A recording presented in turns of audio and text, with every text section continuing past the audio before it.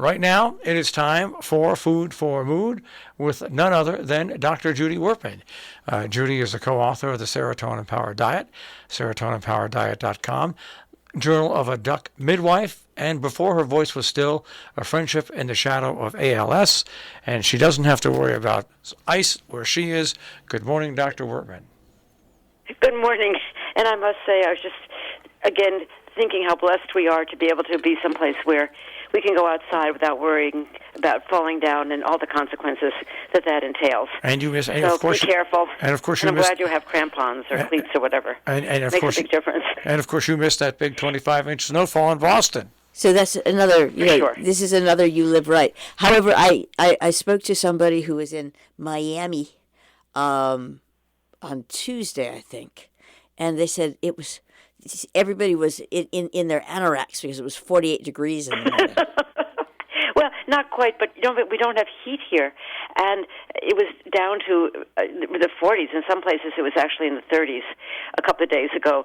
So people were just piling on the clothes, and it was very funny because you go to a restaurant and people were sitting outside with their gloves and their down jackets and their hats on eating dinner. This is in Miami Beach. Right, and like my Boston kingdom in November. So. My kingdom for 45 degrees. Anyway, but it's warmer today, and I hope spring will come when it's supposed to come. But let's just hope that the warm weather comes before that.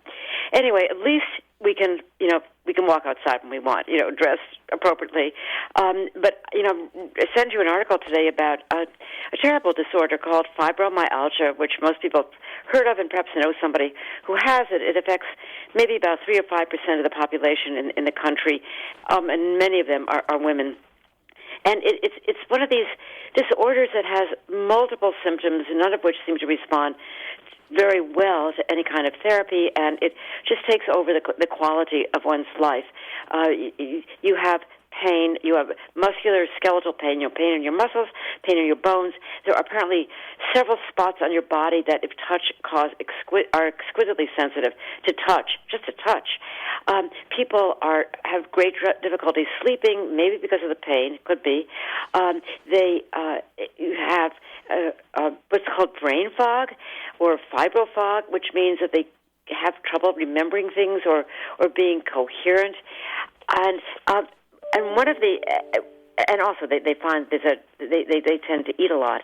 And one of the problems with all this is that obesity tends to be one of the sort of side effects of fibromyalgia, that when people have this disease, all of the things I mentioned, the fact that you have trouble walking because of pain and because you're exhausted due to lack of sleep and due to general exhaustion, you have absolutely very little social contact because it hurts too much to see people or to talk to people. Oh, and you're depressed. That was the other thing. Many people sort of eat their way through each day in order to at least have something to do and probably in some extent maybe make themselves feel better. And one of the problems is that about at least a quarter, if not more, people who have fibromyalgia are actually obese, not just overweight, but are obese, and this makes their symptoms all the worse. I mean, we've talked before about how if you weigh too much and there's all that weight on your bones and your muscles, you're increasing the pain. And if you are obese, you may have something called sleep apnea, which is going to affect your ability to get a good night's sleep. And if you are obese, it could be that you also may be feeling depressed about one more thing that's preventing you from normal social contacts. But up until now, and including now, there really isn't anything to be done about it. I mean, people just say, okay, people have fibromyalgia, and when they become obese, it increases the severity of all of these symptoms that I mentioned, and they leave it at that. So I thought, well, gee, maybe there's some medications that could help, and indeed there are 3 medications, all of which work on neurotransmitters, dopamine, and another neurotransmitter called norepinephrine in the brain, to help reduce the perception of the pain. The pain may be there, but one of the problems is that your perception of the pain is exquisitely sensitive, and maybe reduce some of the depression. So there are 3 medications, but one of them causes weight gain. One of them, and the other 2, may not address all of these symptoms like depression or, in some cases, certain kinds of pain. and there was only one that actually was able to cause a small amount of weight loss compared to people who weren't taking it.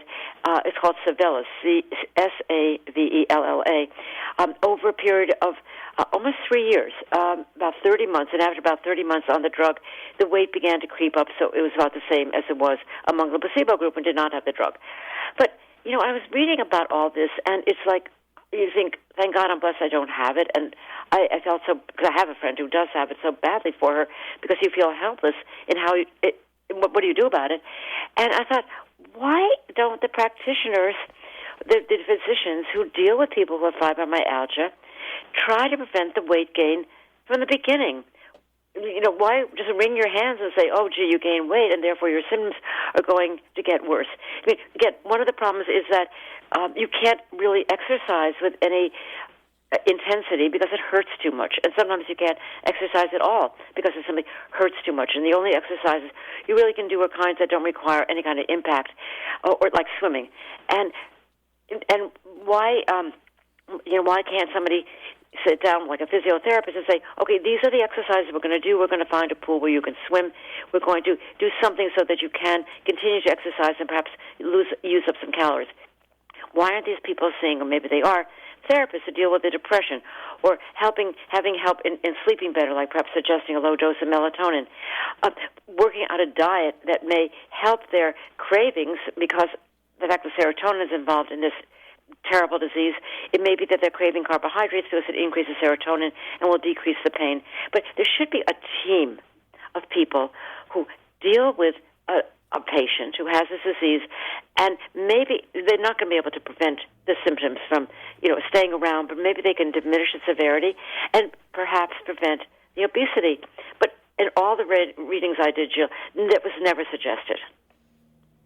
Yeah, it's really interesting. As a matter of fact, when we are done with this, there's something I want to talk to you about off air, just in general, under the heading of never suggested, because I have a new idea for if you ruled the world, how would you approach these things, just commonsensically, with, some of the resources to hand, but B, understanding that in so many cases with the assistance and the guidance that people have been given has just been flat useless. I'm sorry.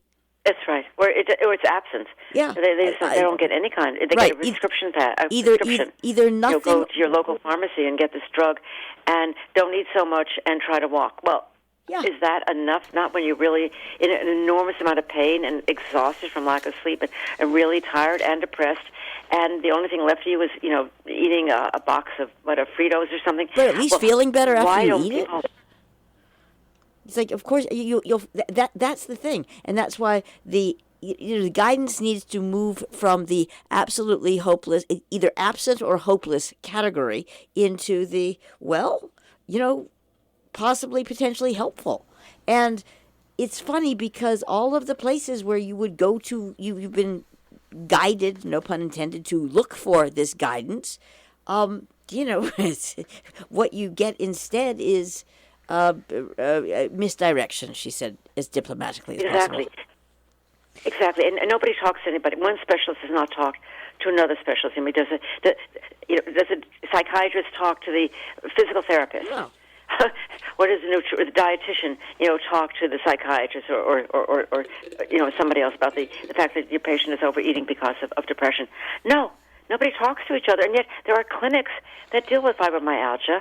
And the odd thing is that if you had diabetes, God forbid, if you had diabetes, then there are clinics, especially if you're a child with diabetes, that really do talk to you about all this. I mean, I have a relative who had diabetes when he was 20, and he couldn't deal with it. He just didn't want to accept the fact that he had, and he really did not control his insulin and his glucose levels as well as he should, and he got into a lot of problems. Now he's fine. But he was sent to see a therapist. Like, we sat him down and said, okay, you have this disease. Let's talk about what you're going to do about it. And, more than just this is what you should be eating. And they went to see a physical therapist and say, this is how you should be exercising. It's going to help your diabetes. There was a team to help him, and it helped. It really made a difference, really, between a high quality of life and not. But why shouldn't that be the case in these other diseases with multiple symptoms symptomatology. Exactly. No, that's exactly what I was going to say. It's been around for a long time, and I don't know why people should have to wait any longer. Couldn't agree more. Thank you very much, Dr. Judy Wurtman. Food Okay, for Mood. good talking. We'll look forward to talking to you later. Bye-bye. Judy Wurtman at Food for Mood. Of course, you can hear Judy on demand, RobinHoodRadio.com. Click on demand, click on Food for Mood with Judy Wurtman.